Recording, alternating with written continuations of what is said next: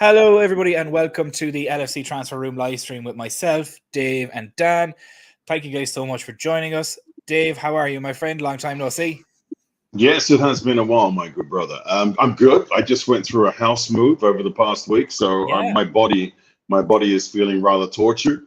But other than that, all smiles and ready to go. happy days. Fantastic. Congratulations on the house move as well. Dan, myself and Thank you. yourself were only on yesterday. How are you after the weekend that we had and the discussion that we had yesterday? Oh no, I'm brilliant. Yeah, I'm very happy to be here again, and of course, winning the derby over the weekends. I can smile as I walk around my local area.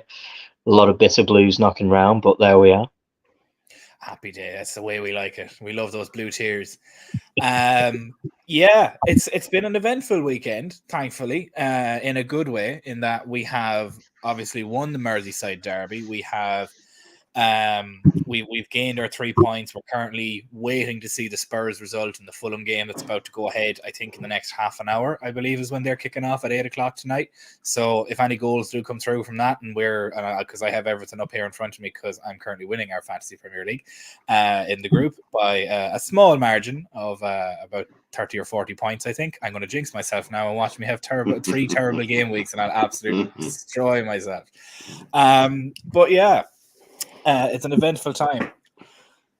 So, with our topics tonight, as we can all see from the very, very first one that's there, Andy Robertson, clickbaity as it may seem, the writing may be on the wall. Now, I will play devil's advocate in this, as I don't want to appear one side or the other, and I let my panel mates Dave and Dan come at me with their opinions if they agree or they don't agree.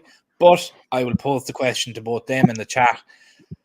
Is it time for Andy Robertson's replacement to be sought in the next two transfer windows? I'll start with yourself, Dave.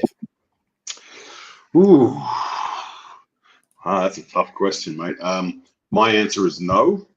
I still think that Robbo has a lot to give. What I would like to see, though, is us revert to two different styles of play, two different formations where we can have that back three and maybe one inverted six, and I don't know, the two wing backs.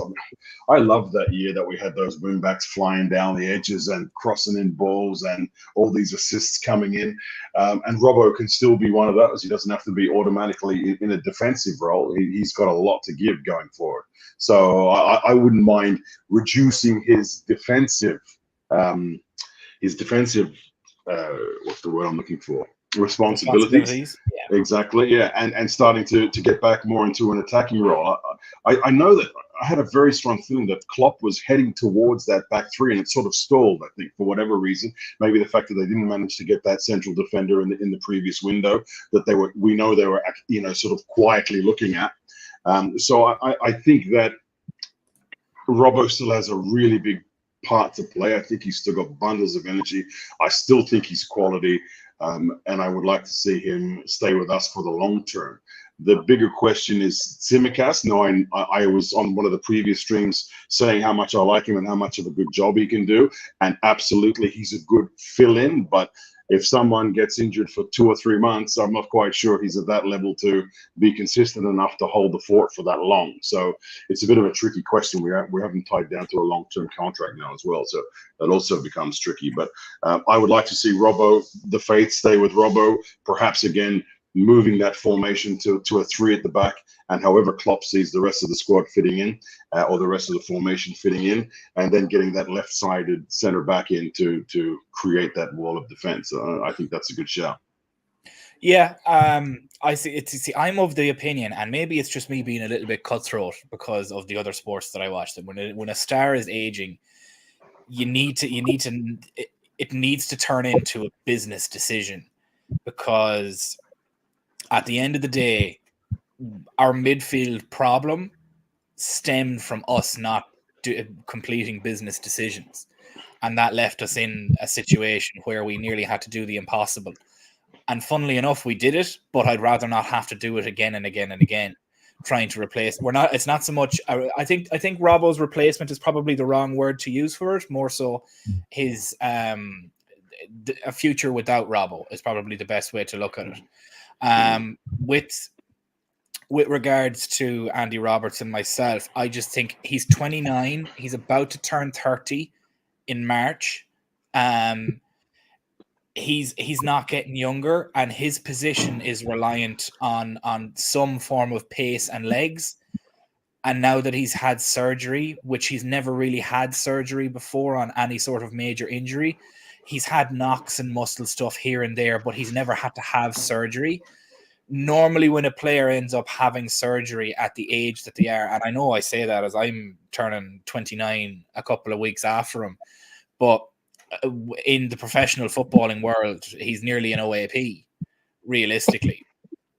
As funny as you want to say it, but I think now, between this window and summer next year, now is the time to start looking for the star replacements.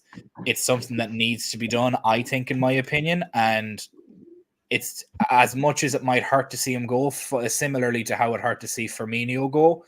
Firmino made the choice to leave because he felt like he needed to go to let the other guys behind him come through, and it was like the right time to do it.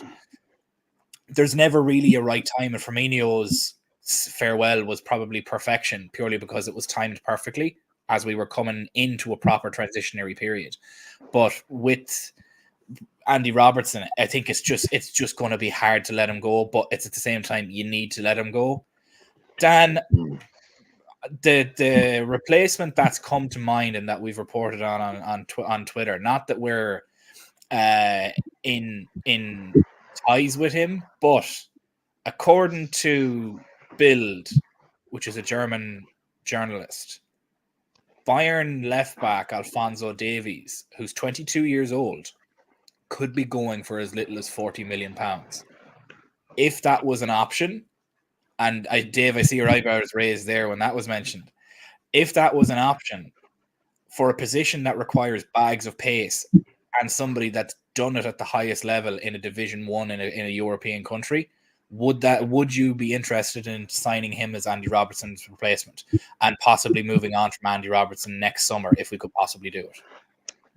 I mean, it's put it in two parts, that question, isn't it? I agree with you on the fact that I believe that as a club, we've been, especially this transfer window and perhaps the one before, we seem to be quite all over the place in what we were doing. We had a successful transfer window, but the way we went about having a successful transfer window was my problem to it. It was very sort of like haphazard. We had the nonsense with Caicedo, and we didn't really know what to do. We're interested in Gravenberch, and we're not interested in him. We are interested in him. We buy him. It's fantastic. But it just doesn't fill you with confidence that we're making these decisions quite well planned. You know, going forward, they don't seem to be as organised as we used to be. And I'm in the camp that we should absolutely be looking now for our Andy Robertson replacement. Do I know who it is? I don't.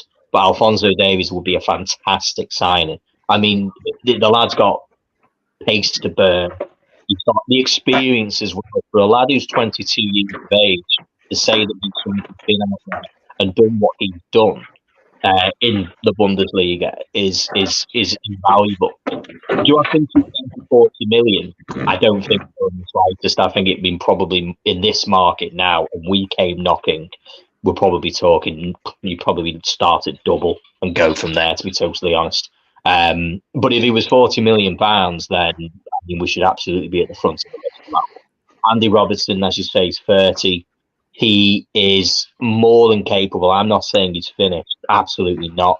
But we need to be thinking about the future and not having another Jordan Henderson situation where we have people in a team who are kind of there because of the good times. You know, like we kept people around because, they were there when the things were good, and we don't want to let people go for want of looking ruthless.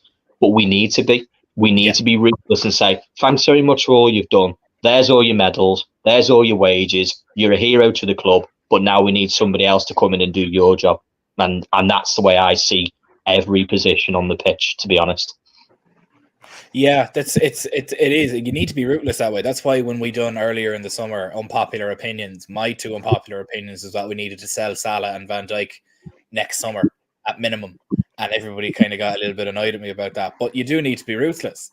Both of them are at the age where you do need to let them go, and you might as well cash in on them while we can, when we don't have any issues with them at the moment. As we've seen, Salah and Van Dijk currently are playing at a very high level still, and you could probably get 200 million for the two of them, 150 obviously for Salah, and maybe 50 to 60 for Van Dijk, considering what's going on at the moment. That's just my own opinion on it. But Dan, welcome, my friend. Long time no see. Thank you so much for joining us in your busy schedule. It's so nice to see you again. I'll pose the question to you as well. Andy Robertson replacement, Alphonso Davies at 22 years old, 8 years his junior, could be available for £40 million according to Bild, the German journalist. Would you be happy with that? And would you feel that we need to start looking for an Andy Robertson replacement in the coming 2 transfer windows?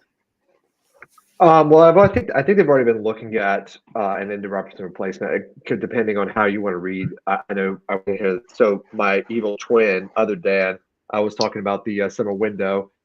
Is that if you go by the reports of what we've seen, they were looking at supposedly Ignacio Hincapié, but Levi Colwell to essentially play the left back position. So I think it depends on how we long-term want to see, or in our minds, we're thinking of the left back position being. If you want the closest thing to an Andy Robertson right now, it is Alphonso Davies. And for 40 million, I mean, like, yeah, you buy that. I mean, like, you're talking about someone who is probably one of the best left backs in the world that is not named Andy Robertson. You know, I was saying earlier in the summer, you know, I said I think Andy Robertson's still one of the best left backs in the world. And I completely forgot that Alphonso Davies existed, which was my fault because I just cared about Bayern Munich to keep up with the fact they're good players. But absolutely, you should be looking at that as well. I mean, that's essentially what this next summer window coming up, and even the window, is that it's about evolving the defense, because that's the last thing that really needs to be evolved.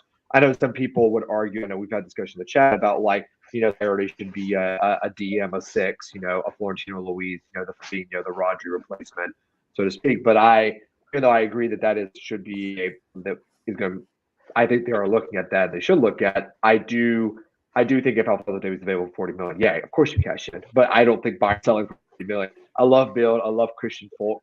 You know, in many ways, they're usually pretty reliable, if a bit hit and miss sometimes. But absolutely, you should Alphonso Davies, because we all know that Tsimikas, good backup player, not really a good start. Like, you don't want Tsimikas starting 30 games for you if you can avoid it. It really depends on but if you're buying Alphonso Davies, you're not buying Piero Hincapié, is my opinion.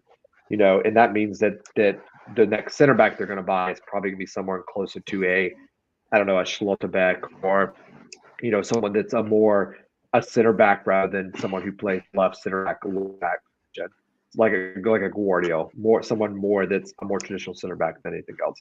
But that's just my opinion on it. But I would take Alphonso Davies any day of the week. I think that's the question, isn't it, though, is that we don't know exactly what the next steps are for Liverpool's evolution of the club.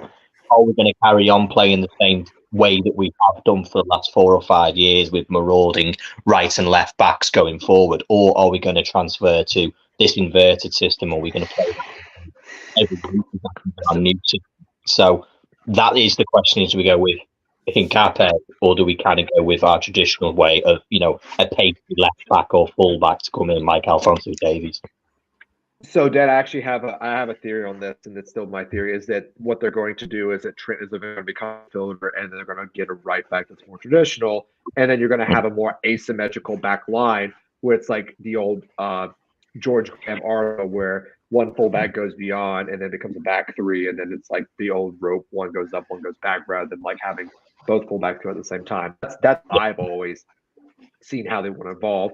And they're not going to have a sole defensive 6. They're going to play a double pivot, and how they frame that double pivot just depends on the position. And it could be a combination of, you know, insert any player that midfielder we have would play in that double 6 role. That's how I think they're involved in this team. Just because when Salah leaves and when Van Dijk leaves, we built our system to get the best out of them. So we're going to be changing that system to get the best out of like Nunez or Gravenberch or, you know, Soboslai, McAllister, Diaz, you know, and I think that's where we're going to see like a lot of changes coming about. But that's just how I've seen it since the summer from the signings we've made and the players we were linked with. Yeah, it's an interesting one, because realistically, like, even at the start of the season, we didn't know what the team would look like, purely because we had suspect of a 4-2-3-1 formation. we all knew we were going to score goals purely from the lineouts that we were getting, especially in pre-season, especially with the links between Salah and Núñez, which it was fantastic to see and has been evident throughout the season so far, which is beautiful. Dave, a bit more to Dan's point of that he's not going to be really there for 40 million, but God, if he was, it'd be unbelievable. Both Dan's points, both said it. It's cool. I'm seeing double here, but it's more to Dan Yu's point of him being, if he's available for 40 million, take him. Would you jump at that opportunity as well, or do you think we should possibly move towards what Dan Yu again mentioned with the double pivot and the three centre backs, similar to what City run at the moment? Like they play Guardiola and the left back role, but then in possession moving forward moves into a three centre backs. Yeah, so let me try and answer all the questions. Alphonso Davies, 40 million, absolutely. It's not going to happen, but 40 million, I would snap him up. Doesn't have to be at the expense of Robbo, in my opinion. It might be at the expense of Tsimikas. That would make me feel a lot better. Let's put it that way. And we'll see what happens there. But I 40 million, that's just, it doesn't make any sense to me whatsoever. Really, I can't fathom it whatsoever. So I think that's a non-starter. In terms, I think geez, man, there's some harsh words being said about Robbo. I mean, 29 is not 50. And a shoulder surgery is not knee surgery either. So, I mean, I don't know. I think it's a little bit harsh. I think Robbo's got 4, 5, 6 years, maybe 3 or 4 at the top level still in him, without doubt. The guy's a bundle of energy. He always has been, always will be, until the day he hangs up his boots, I imagine. So I really think it's a little bit harsh to be thinking about that transition. Also, keep in mind, fellas, that, you know, we take out Salah, Van Dijk, Robertson. What is the average age of our team? We'll have 0 senior heads, really senior heads left in the team. So we're going to be careful about that balance. You need to have those senior figures. It can't just be a group of young guys, because that will take even longer then to bring the unit to exactly where it needs to be. So I would err on the side of caution with regards to that, for sure. I agree with Dan. I think that's what that's where we're headed in terms of the double pivot. And I think where is he? No, this one, this there. There we go. I think we're headed in that direction for sure. I think he was close to heading in that direction this season. It just didn't work out exactly what he wanted in the transfer window. So I think that's where we're heading. I think a lot of the top teams are starting to go in that direction also, and I think it makes a lot of sense to use the quality players that you have in those double pivot roles to be able to sort of see forward and also fill back also. So I think that makes a lot of sense going forward. But I'm going back. I think it's a bit harsh on Robbo, and I think we should give him a few more years. He's done enough for us to earn a couple of years at least. So I agree with you. I'm so glad someone's defending Robbo that's not me, because I feel like I'm the only one in the chat sometimes, and I feel like I'm against the world, just saying. I'm just playing devil's advocate here. That's all. No, I agree with Dave, and I know what Dan. I agree with what I think I know what you're about to say, and I completely agree with you. Which is that, it's like, yes, we should be looking for a long-term replacement, and that fades out in many years. And also, I think Robbo is someone closer to Milner than probably. I mean, I'm hypothesizing here. I don't know Andy Robertson, obviously. That's like, he understands that like someone better is going to be planned for him, so he would be fine with like winding down his contract, because what's the next big club Robbo's going to play for after Liverpool? Celtic. I mean, Celtic was so he might talk about Celtic. But it's like, he might be willing to like step down and take less minutes on a more incentivized contract years, which is what we were really good at doing. But we kind of went away from that with like the contract with Henderson, which was really the biggest one we did the past couple of years. Sorry, Dad, I didn't mean to interrupt you there. No, that was kind of exactly where we're going with Robertson. He strikes me as somebody who's incredibly happy with where he lives. He's happy with the club he plays for as well. He's been very vocal on that one. He doesn't seem to be somebody who's absolutely set on the fact is that if his role was to change within the club, if his role was to say, and Jurgen was to bring him in, which I'm not saying it's going to be this season. It might well be when he turns 31. It could well be when but that conversation needs to be had at some point, because it comes to his old age, gets to every player. And he would be the perfect Milner replacement. You know what I mean? He strikes me as somebody who has that about him. He is fantastic around the training ground. We've seen in all of the, LFC videos that they release. He seems to be someone who's very much a character who keeps everyone together. He's a bit of a glue type player. I wouldn't want to lose him at all. And what was striking actually was Kostas Tsimikas is signing his new contract this season. And you would think, oh, that means he's staying on. He's staying for. Well, no, actually, it's just defending his value. Is to make sure that if we do want to sell him, that we're capable of commanding at least a decent fee for him. He had a number of offers this season, and he refused them himself on loan and as a sale. So I think the writing's on the wall for Kostas. I think he will go this season. That's this season, when I say into the next transfer window, into the summer, that's when I think he goes. I don't think he has a long-term future. He just hasn't kicked on to where he should be. Yeah, it's a worry when he's in there, just purely because you've now been christened Dan too, Dan. So congratulations on that. Thank you. There's Dan you, and then there's Dan too. Love it. But no, I agree. I'm more so just playing devil's advocate. I love Andy Robertson. I absolutely adore him. He's our Dennis Rodman. He's the person that does the dirty work. He's the person that will irritate the other team. He's the person that, like, it's evident in every Merseyside derby. He's just an annoying little prick. Like, you'd love to play him on your team, but you hate to play against him. And he does an awful lot of the dirty work and stuff that you don't see. And that's the kind of player that I love. And it's not to say that I think Andy Robertson's time is up, but I also do think that we need to sort of have maybe some business decisions to make in the next two transfer windows in regards to the elderly players. I say elderly as I am nearly the same age as shockingly. Don't talk to me about age, please, man. I'm the same age as Dua Lipa. I don't know. I'm the same age as Dua Lipa. I don't know how to take that sometimes. Yeah, but if you put you and Dua Lipa beside each other, who'd they say is younger, though? That's the next question. Oh, well, I'm old enough. You do, to be fair. And the sad thing for me, old enough probably to be all your father. No, I don't know about that. I'm fairly up here now at this stage. I'm finished. Get myself into the retirement home here. How we're talking, I think I'm finished. I'm over. I'm done. How old are you, Dan? Too? How old are you, Dan? Too? I'm 32. I'm still waiting for Jurgen to ring me. I still think I can do it. I'm definitely older to be enough for your fathers, no doubt. I'm hardly the youngest, am I? Dan, American Dan 1. How old are you? I'm 28. I turned 20 back in the beginning of this month. When are you 29? Next October. So next calendar year. Oh no, I'm not the youngest. That's all. Yeah, you're the youngest. That's fine. I'm 29 in April. Will I get kicked off if I tell you my age? No, not at all. We do love a bit of seasoning. But, good. I was 50 a couple of weeks ago.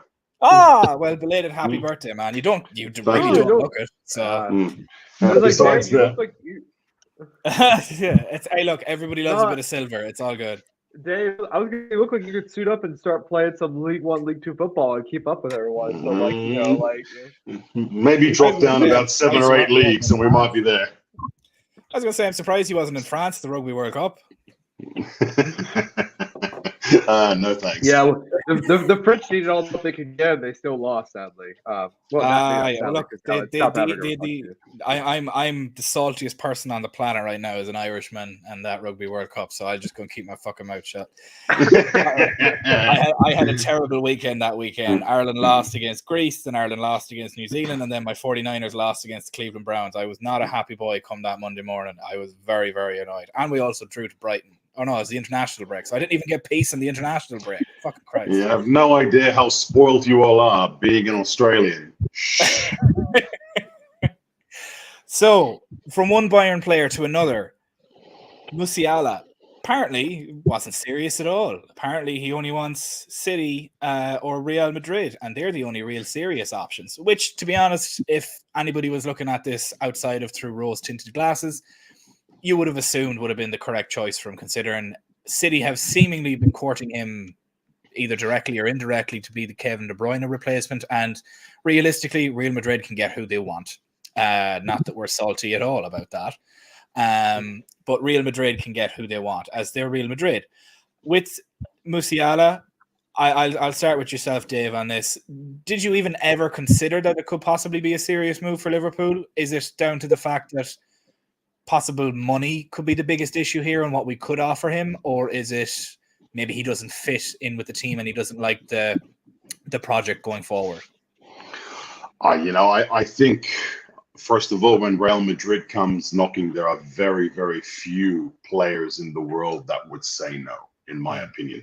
He'd have to choose us over Real Madrid, he'd have to be a boyhood Liverpool fan, in my opinion, because everybody wants to put on that white shirt. It's the glitziest job in all of football, and players aspire to that. It's just something. Although they're not the Galacticos anymore, it is still that kind of club.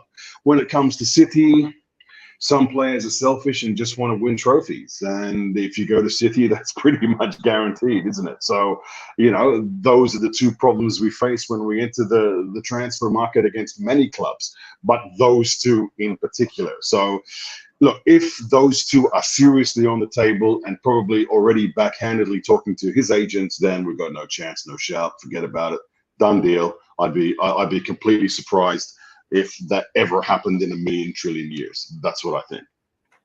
Yeah, I'm a bit of the same. I think it's a bit of paper talk. American Dan 1, we'll start with you, and then we'll move over to Dan 2. Do you think it was paper talk as well? Was there ever a chance of it? Did we even have an absolute sniff of it? Like Paul mentions here, do you think maybe City's legal problems with the 115 charges may scare players off? I personally don't think so. I think they'll go and get a paycheck regardless.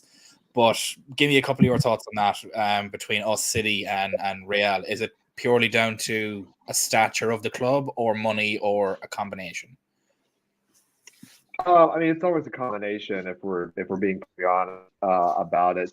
I think with Jamal Musiala, one, because Christian Volk reported on it, I think there is some heat to this, there is some traction on this in many ways, because one, Christian Volk doesn't report on something unless he knows something's going on, being the kind of what would be the equivalent in the British media, I would think, not a James Pierce, but like David Ornstein-ish kind of, maybe just a little more gossipy for the most part.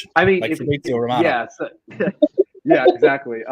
But if Christian Volk, there's obviously been some discussions, I imagine, either from Liverpool or from Jurgen to his agents, because he's not renewing his contract.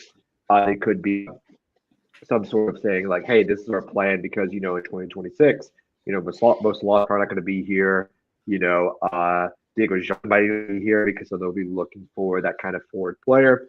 I do think there's some traction to this, but obviously the people that need a forward right now are City and Madrid. Like Madrid are playing Joselu. Madrid don't have a striker right now. Like they're playing Joselu, who was at Newcastle and at the City for a while, as a striker. So they need him more than we do.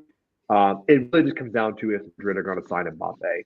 If Madrid sign Mbappe, then I think we have a good chance of getting Musiala. If they don't sign Mbappe, then Musiala is probably going to Real Madrid. Again, not just the money, but the prestige and everything else. I think with City, it comes down to Pep, because I think Pep is the biggest draw to City's players. To leave City, I don't think City signed anywhere near the caliber players he have been signing, because he's just such a big draw to that club, just like Jurgen is with Liverpool. Regardless of the money and the prestige of the clubs and anything else, who your manager is a big deal.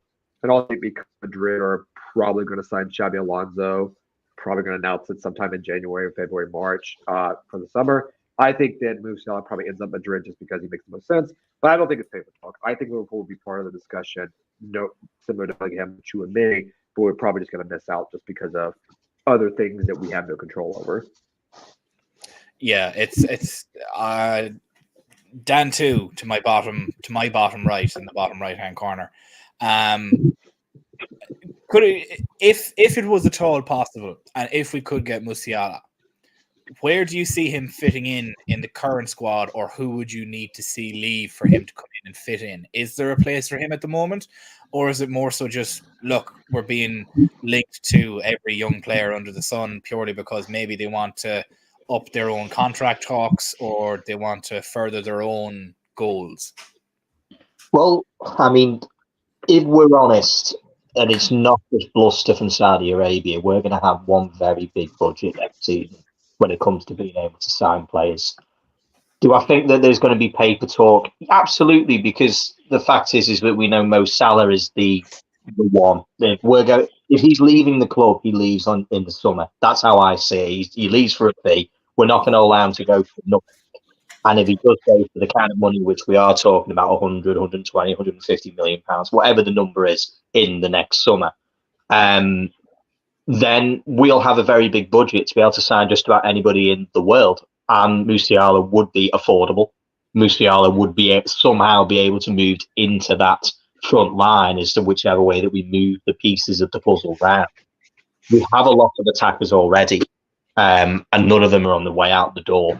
Darwin Núñez should become our focal point going forward as our new attacker, our new goal threat, not the Mo Salah, who is always been our tip of the spear. Núñez, I believe, is being groomed to be that new tip of the spear going from next season. I don't want Salah to go anywhere, but I'm also in the belief that that's going to happen. And Saudi's going nowhere. That's where he would go. That's the only place that he could fit within our team, because I don't believe any of our other players were willing to sell or were willing to kind of move along to fit him in that manner. I just don't see where that fits in. He's a good player, but the same time being there's something about Liverpool when it comes to buying superstars. We were linked to a Sancho, never happened. We were linked to a very young Mbappe at one point before he went to PSG. It never happened. We were linked to Jude Bellingham. It never happened. And I put Musiala into that bracket of players who we're always in and around the names, but they never happen. So I just don't buy into them for me. Until something concrete was to come around, I just go, it'd be nice, but it's not going to happen. He's not a Liverpool player. Yeah. No, I think it's paper talk. I don't particularly see where he fits in currently at the moment without the loss of Salah and a movement in complete system. I think going forward, I agree with you that Darwin Núñez is going to be the tip of the spear. He's 3 goals and 3 assists currently in his Premier League campaign so far. That's not including any other competitions at the moment. He's averaging a goal or an assist. He's averaging 1.44 goals or assists per 90 so far this season, which is 0.3 goals or assists more than the next closest player, which is Callum Wilson, and who is closely followed by Mo Salah. And Erling Haaland, the person who everybody has as their captain in FPL, is all the way down at 1.11 goals and assists. So Darwin Núñez is currently outperforming Erling Haaland, if you want to look at that statistic. That's the way I'm going to look at it. That's the way I'm going to look at it. The way it's Paul is after posing a very, very dangerous question to me here, and I don't know if anybody else spots it in the chat, but the 49ers winning the Super Bowl or Liverpool winning the Premier League, if I can only choose one. I think Dan already knows which one I'm going to pick. It's the 49ers winning the Super Bowl. I've already seen Liverpool win the Premier League in my lifetime. I've never seen the 49ers win the Super Bowl.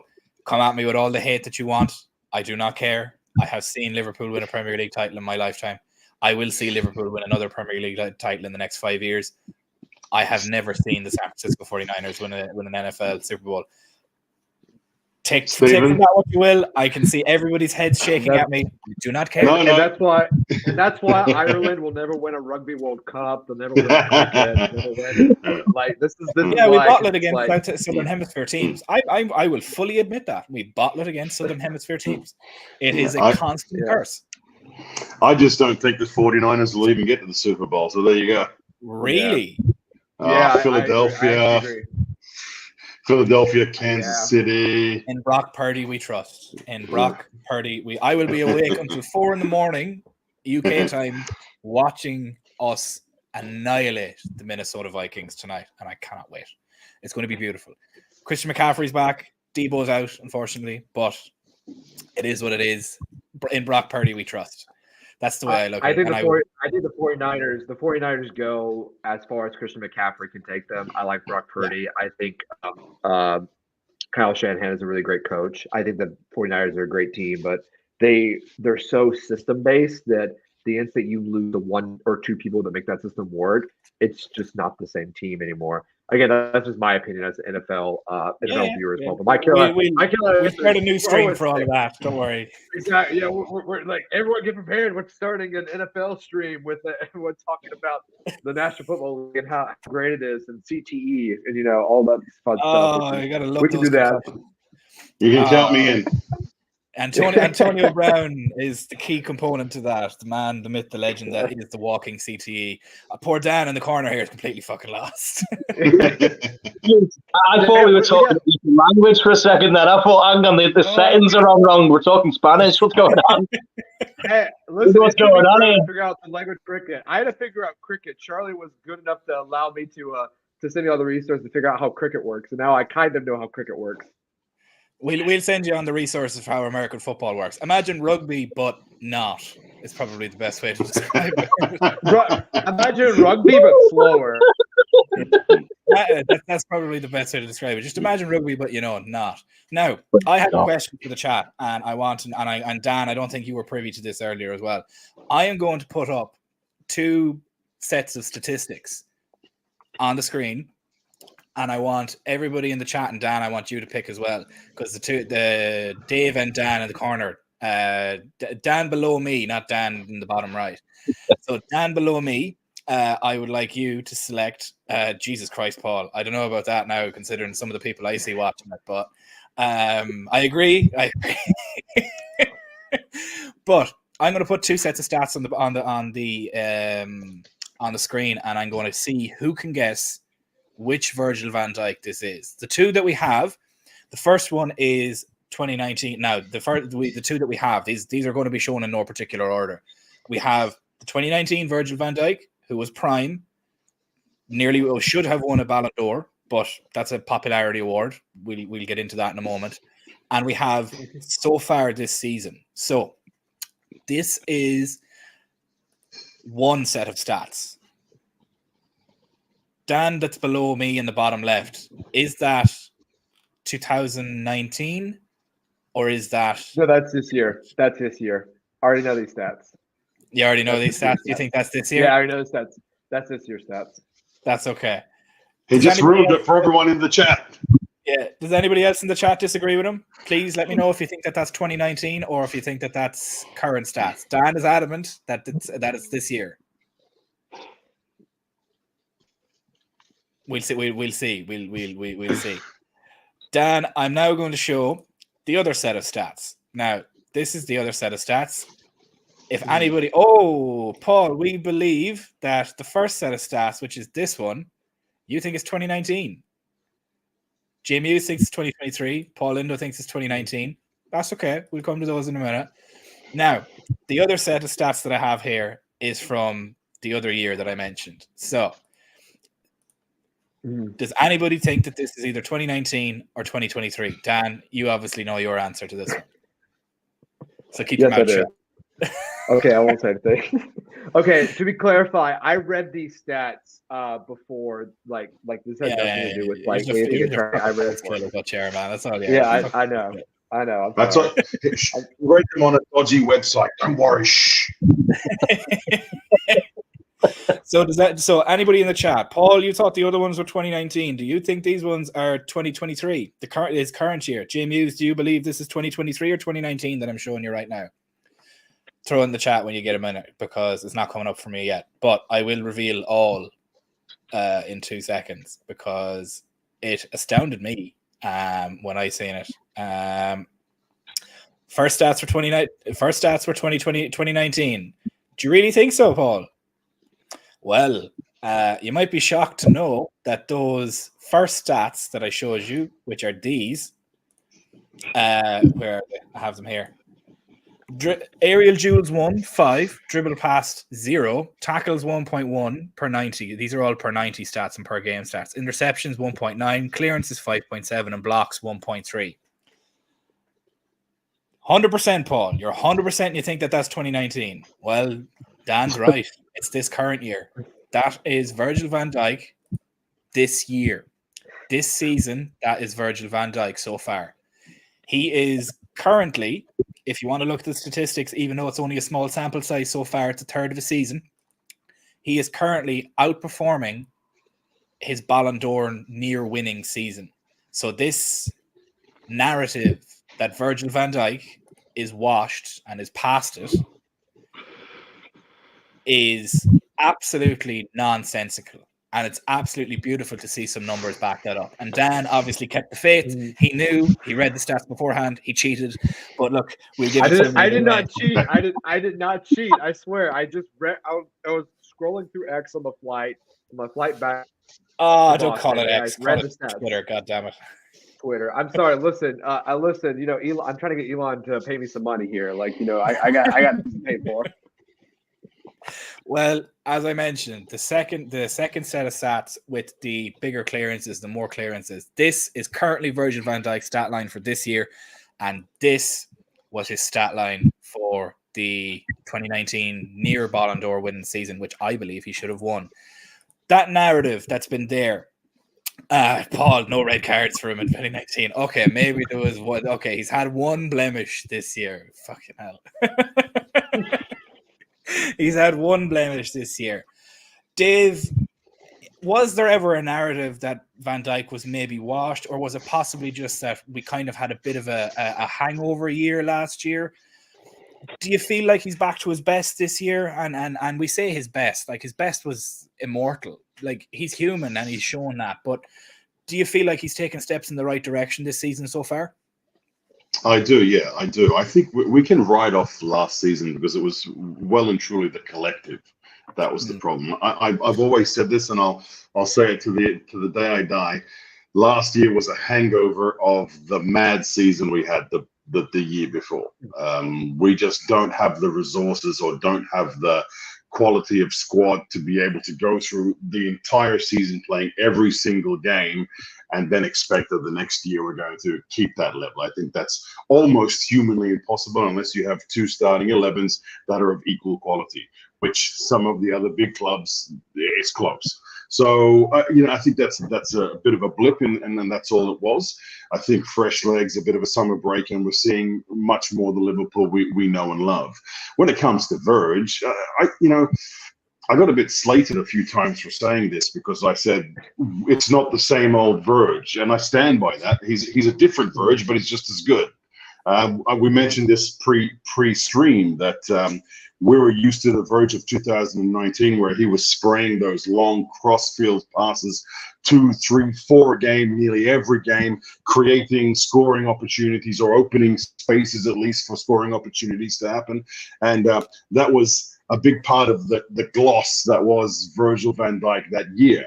Obviously, as well, he pulled off some pretty amazing defensive feats during that season as well. But as you've seen now, statistically, he's even better this year. And I think he is, to a certain extent, playing better. He's not as fast anymore. This is for sure after the injury from that ass-white Pickford. He's definitely not the same, speed level that he had, but he's got such an intelligent football brain. He just knows where the ball is going to be at the right moment, and most of the time he's there. Unfortunately, he does get caught over the top, and that I think is the big issue, and that is why we need some. Konate is quick, but he's obviously unreliable, so we need somebody else who's equal, who's a really quick center back who can partner up with Virg when obviously Konate is out of the team. But Van Dijk I can see him going to 38 like Thiago Silva, if I'm honest with you. He's that smart, that intelligent, knows how to take care of himself. And I think he can be effective until that age. So no, Virg is not back. He was never gone. Exactly. That's the way that I look at it as well. Dan, that's below me. I'll pose this question to you that Dave kind of mentions, that very much similar to Fabinho. His skill wasn't the physical side of it, but more the mental side of it and his actual intelligence in the game itself. that his anticipation allowed him to already be there one step ahead, and losing a step of pace wouldn't affect him as much, like the ACL injury has caused him. He was lightning quick for a centre-back prior to that, but as Jay Muse mentioned here, he's 2 years after it. He's 2 years out of it now. He's kind of back up to strength. He's trusting his leg a little bit more, because anybody that's had that kind of an injury, that's played sport on any level, you find it very hard to trust that leg again or that limb again. And it takes a while to gain that trust back. With his anticipation, do you think, would you agree with Dave in that he could go as long as Thiago Silva and just be there until he's nearly 40? I mean, yeah. I mean, like, you know, when you think about what makes Virgil van Dijk so good, it's his positioning, it's his anticipation, and knowing his physical gifts. I think what last year, like you mentioned with the blip, and I'm glad Paul mentioned this up as well, because I've been saying this all year. People have looked like a madman. Like, hey guys, the defense is way better. You know, we're really good. And everyone's like, no, we're still conceding. You know, blah blah blah. X Y Z X Y Z. I'm like, no, our defense is good. We have our pressing shape back. There's coverage. You know, we're doing a really good job minimizing what we can do. And we've gotten very interesting arguments about this. But I feel like in the end that I was proven slightly right about this. Yeah, no, I absolutely agree with Dave in the fact that, you know, Virgil can go forever. I mean, yes, the pace will be in because we play the high line, but I think now, part of the reason we made that shape change is to account for the fact that Virgil's legs are older. He still has some pace, but he doesn't have that explosivity that he has back in 2018. You know, famously, like when Aaron Connolly ran through and he just headed it over him, ran past him to himself, and then kicked it long as well. And yeah, I mean, I think he can keep going. It just depends on injury and everything else. And I think also we have to remember last year that season was the longest season that any team's ever played. We played the max amount of games. We had a short summer because of the World Cup. And so they had a very short break. They came back. They had to go again. And then through all of that, they played a World Cup in between this season as well. So I feel like, and Virgil even mentioned this, like he was just mentally and physically and emotionally exhausted. And I can tell you right now, from my own experience, like when you're mentally and emotionally exhausted, it doesn't matter what your physical level is. You're not going to be able to get the best out of yourself as well. So I think Prime Virg is back as best as he can be. I don't think he'll ever be the 2019 version ever again, but he's doing the best version of that I think he can be. And I think we just have to ride that out, because if Virgil van Dijk can maintain these levels, I've said it before, I'll say it again, we can win the league. And that's just of it. You know, Virg can keep those levels up.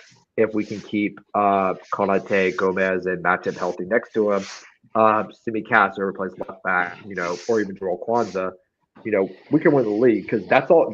In order for us to win this league, Alisson and Van Dijk just have to be like Alisson and Van Dijk, like of 2019. And as long as they're that, we can make all the other parts work. Yeah, and it's Dan to my bottom right, on the bottom right hand side from as we're looking at it. It's very much that he's not back to 2019, as we mentioned. That was just an immortal player. Like, for a centre back to be quite literally within a sniff of a Ballon d'Or shout, and only for that award is an absolute farce, I believe he would have won it. It's hard for, as you said, I think you said it earlier before we started the stream, he's a victim of his own success, very much similar to Mo Salah, that he's already set the bar at an unattainable level through his great season in 2019, 2020. Are you happy with him so far this season? Are you happy with how our defensive has looked? As Paul mentions here, the only team that's conceded less is City.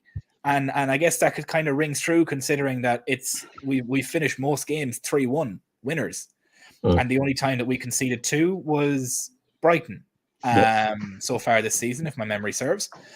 Every other time other than that, it's just been the one goal. And to be honest, I think with the way we have 5 substitutes now, I think that it's nearly going to be the standard that clean sheets just aren't going to be a thing anymore. Are you happy with how our defense performed so far this season? Yeah, 100%. Last season, the way obviously every team works is it's only as strong as its weakest component, and the issue was our midfield, and in particular Fabinho. Fabinho was terrible. Like, there's nothing against him. I think he's a wonderful footballer, and at one point was probably one of the best DMs in world football. But last season, that was it. He was finished. Whatever had happened, whether it was his body's reached a certain point and he wasn't capable of performing at this level anymore. The amount of exposure that our defence was open to, which it was never used to. It was used to having this shield, this barrier that would stop problems happening before they happened. And we were experiencing chances more and more often, and that did expose an already mentally tired football team in Liverpool. I was tired as a fan. I watched Liverpool play every single possible game of football, 63 matches. And as soon as that Champions League finished, probably because of what happened in it, but I was just ready to stop watching football for a bit. I needed a break, and I wasn't playing in the team. I can only imagine how they felt playing that game, playing with that level of intensity, coming up against the opposition that they come up against every single, every week, almost every 3 days we were playing a football match. So I couldn't blame every one of them for having a year off, and they did. They had a year off. Some players were ready to go. That was evident. But this season, Van Dijk has been wonderful. But as we've said before, I don't think he ever went anywhere. He had a serious injury that people needed to afford him. They needed to afford him as a person and said, you know something, he's going to be different.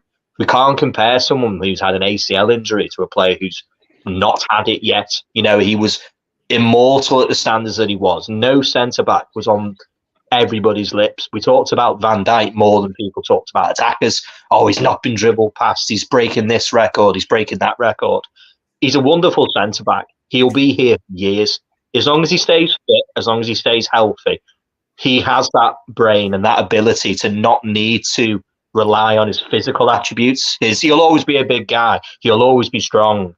But that pace will be something which I believe he has the intellect to be able to say, you know something, I can be here and I can make that problem go away. I can get the younger lad on my right-hand side, a Kwanzaa, I can get a Konate, I can get, whoever comes in to replace Matip. You go and do that running for me. You run in behind me. I'm going to be happy to dictate what's going on in that defence. And he's going to be here for years. As long as he stays healthy, Van Dijk's going to be here for a long time. Yeah. Steve, can I add something very, very quickly? You can, of course. Go ahead. Because I recently watched the piece. I don't know if it was done by LFC TV, but it was Gerrard and Salah talking about their best goals. And at one point, I think Salah asked Gerrard, what do you think about the difference between Jamie Carragher and Virgil van Dijk? And anyway, to put the Carragher stuff aside, what he said about Van Dijk is, Van Dijk is still currently one of the best that there is. But during the 2019 season, he was possibly the best there ever was. And I think that's something we need to keep in mind. He was so far beyond what we've possibly ever seen before from a central defender that, it's understandable that people will look now and say, oh, but we have to understand that he was not human that year. He was absolutely sublime. I mean, it was something you probably never see again. It was that good. So I think Stevie G got it spot on when he said that.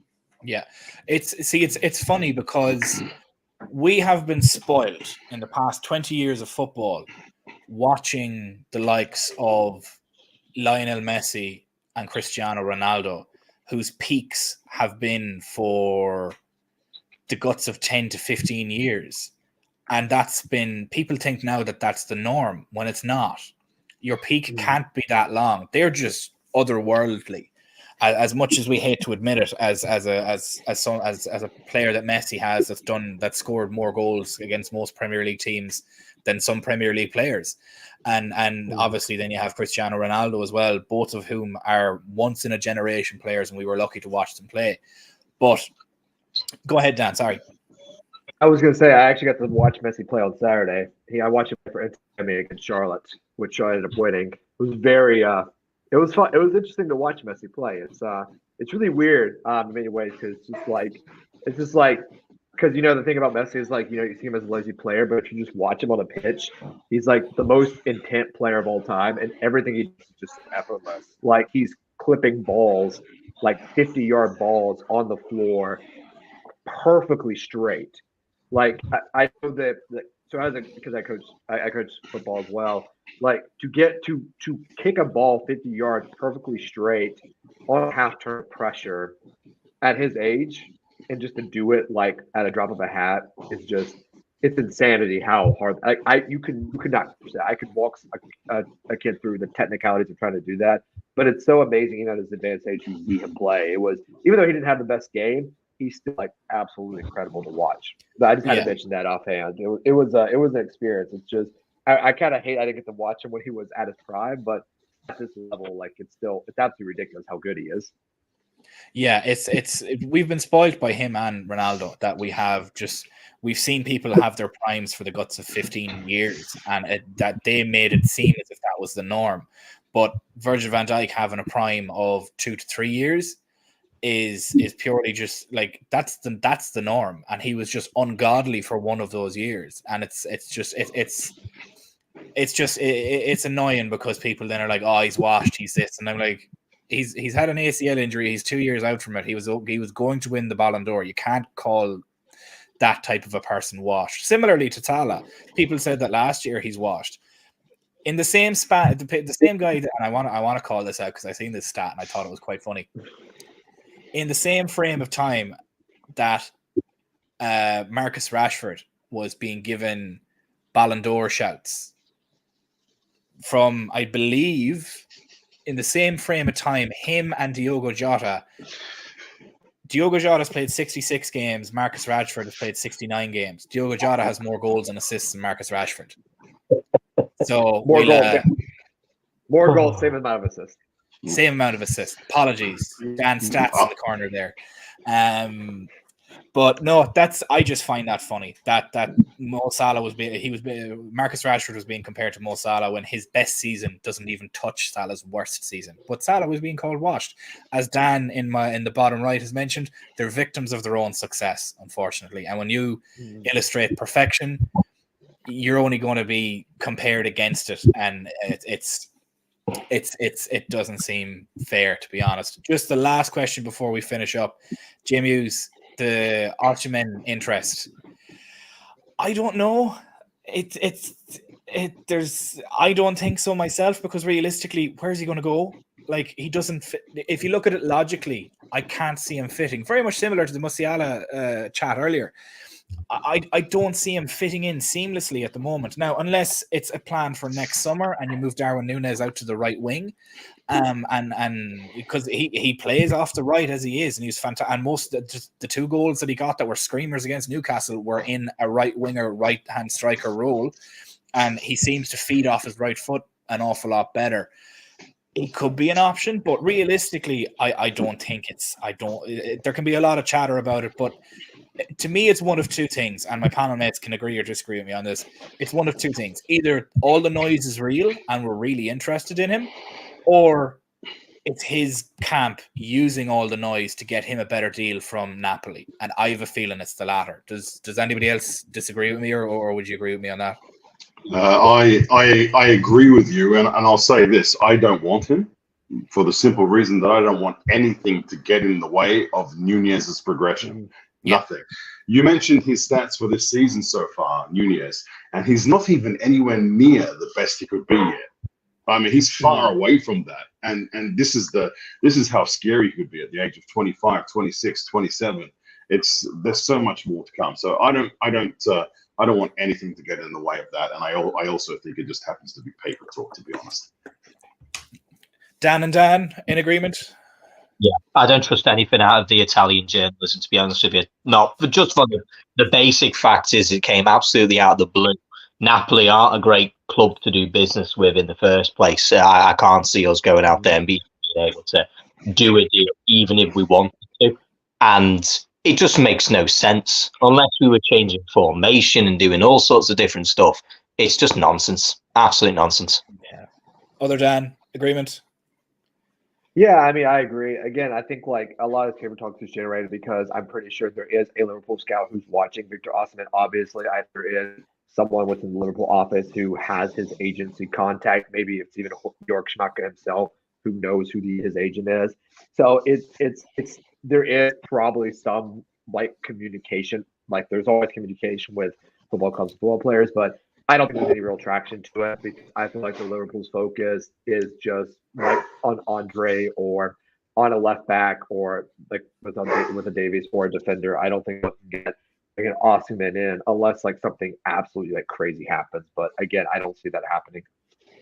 Yeah, it's paper talk, Jimmy. To be perfectly honest with you, I think it's his camp using it as leverage to get a better deal out of Napoli. And as Dan in the bottom right said, it's just it feels like it's just paper talk, and Napoli aren't the best team to do business with to begin with. But it is what it is. But we will end it there. Thank you guys so much for joining us. We've just hit the hour mark. From myself, Dan, and Dave, thank you guys so much for joining us on this Monday evening. Currently, as it stands at the moment, if anybody wants an update, Spurs and Fulham are still 0-0. Nothing happening there. Fulham could clearly do us a big favour if they draw this game. But as it stands at the moment, no goals there. So, bit of a quiet evening, unfortunately. Thank you guys so much for joining us. It's always been a pleasure from myself, from Dan, from Dave, the Triple Ds. Thank you guys so much for joining us, and we'll see you guys tomorrow.